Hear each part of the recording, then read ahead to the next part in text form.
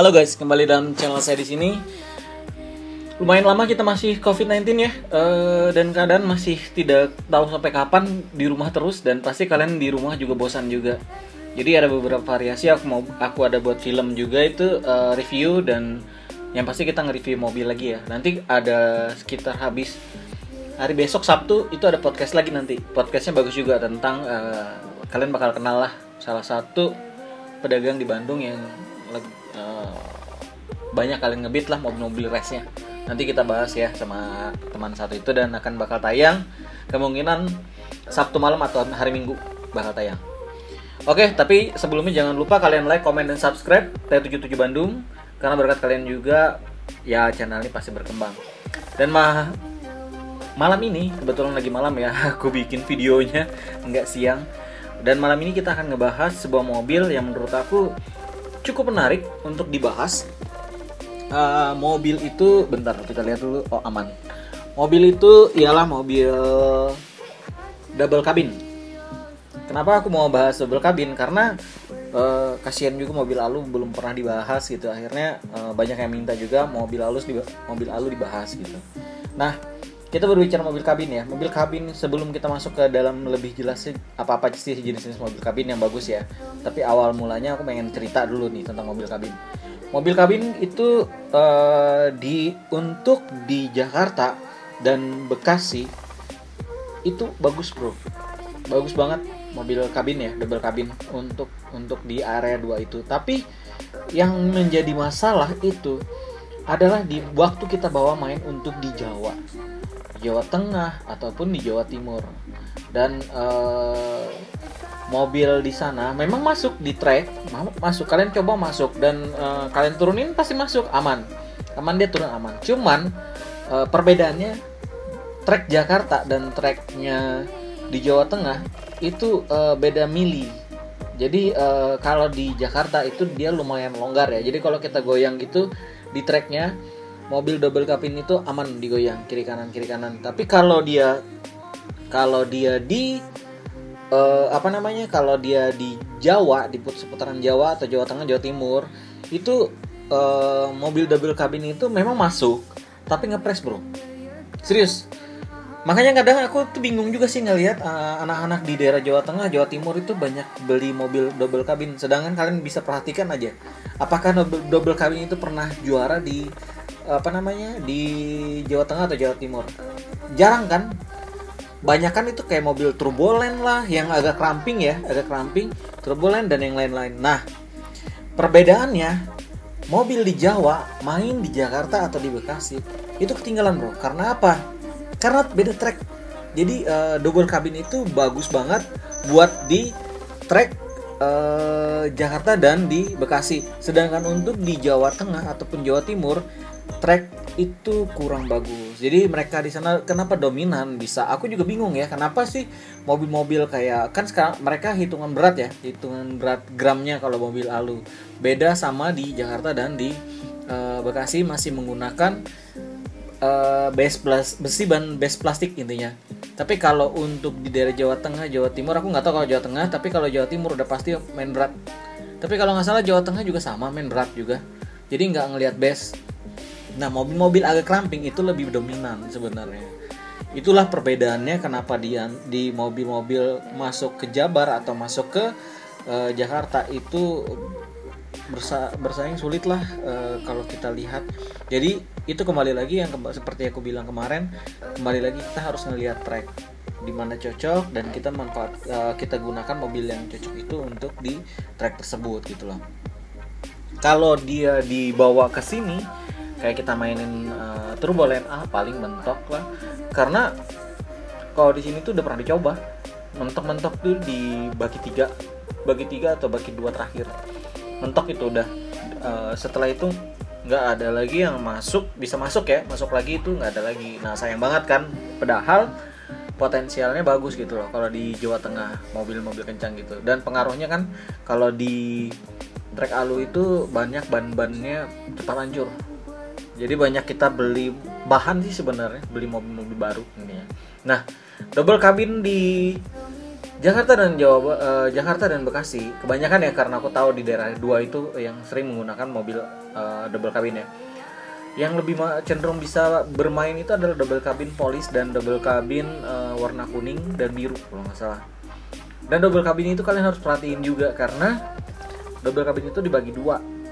Dia ada yang bannya tertutup dan ada bannya yang pelang. Kalau ban pelang itu tembus dia bro. Dan kalau kita lihat secara langsung itu mobil itu tembus. Dan kalau bannya tertutup itu dia kayak ketutup bodi ada bagian luar daripada ban itu. Pengaruhnya ada. Pengaruhnya di angin sebenarnya. Jadi kalau pengaruhnya di angin, kalau lebih aman itu ya pakai yang tertutup sih sebenarnya, dan mempengaruhi kecepatan juga. Selama ini kalau kita lihat itu untuk di track yang lebih dominan itu adalah double cabin police. Jadi kalian bisa tahu, nanti kalian bisa lihat lah, mungkin ada gambar-gambar yang aku masukin di sini ya, kalian kasih tunjuk kalian. Double cabin police itu bagus banget. Itu bagus buat open blister juga bagus. Dan yang kuning itu bagus juga, tapi ada jenisnya.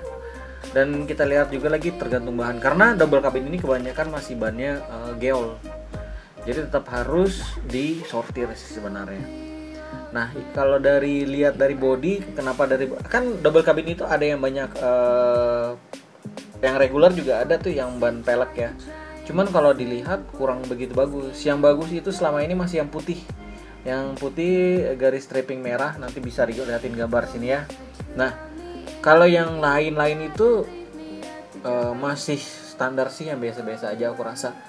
Jadi lebih dominan itu kalau yang pelang itu, yang bolong itu warna putih leres merah. Kalau dia yang tertutup itu udah pasti pakai yang double cabin polis, double cabin polis. Nah, bisa kalian juga pakai juga double cabin yang warna kuning. Nah, itu double cabin punya track record bagus dia. Kalau double cabin itu bro ya, dia semua track bagus. Dan kan kebanyakan ya kalau dia alu itu lebih cenderung landai.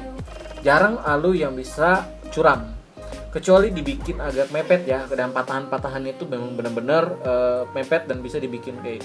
Nah, itu pengaruhnya besar juga tuh kalau mau dibikin curam untuk double cabin. Karena berdasarkan pengalaman aku di lokasi, kalau dia di turunan agak telat ya si double cabin, tapi kalau di bawah wah pening bro. Kalau mobil lain nanti aku bahas ya. Enggak di sini. Ada lagi jenis satu persaingan dengan double cabin, nanti aku jelasin. Nah, itu kalahnya di bawah. Tapi kalau double cabin, kebanyakan berapa kali aku main, berapa kali aku di turnamen, berapa kali aku udah masuk 10 besar, yang paling nyesek itu di bawah dikejar bro. Jadi kalau dia trek-trek panjang, wah udah makanan double cabin sih sebenarnya. Cuman yang aku bingung sih selama ini, kenapa di Jawa itu nggak bisa double cabinnya. Padahal kalau dia bisa lumayan loh. Makanya sekarang tuh kayak kalau orang-orang Jawa ngambil double cabin, aku bingung aja sih buat apa sih sebenarnya. Kayak kalau buat disimpan lagi sih nggak masalah buat dikoleksi, tapi kalau buat dimainin kayaknya nggak mungkin deh. Nggak akan bisa lari lah aku rasa kalau double cabin yang polis segala lah aku bilang, karena bodinya besar banget. Dan di tracknya Purwakarta kapan hari juga nggak masuk double cabin, karena orang harus ngerti banget dan harus ngeliat daripada track tersebut, karena kadang mobil double cabin itu milih-milih tracknya. Dan kebanyakan yang beredar di pasaran aluminium yang kadang kita ngerakit itu untuk double cabin, kita coba di track 1 meteran ya, 1 meteran kita coba, itu nggak kelihatan bro. Memang dia bisa lewat, tapi map ngepres. Nanti kalau dia bisa turun panjang, nah itu baru pengaruh, karena di mana ada sambungan dia itu mepet. Nah, itu pengaruh besarnya buat mobil double cabin ya. Nah, jadi kalau kalian pengen mobil double cabin yang bisa digunain di trek alu, cari aja yang namanya double cabin police. Dan pasaran double cabin police itu udah nyampe sekitar 60-an lah, 60 sampai 70-an ribu ke atas. Tapi belum pernah sih tembus sampai 100, nggak pernah. Masih di 70-an lah, 70, 60 masih range segitulah, karena banyak banget yang nyari double cabin.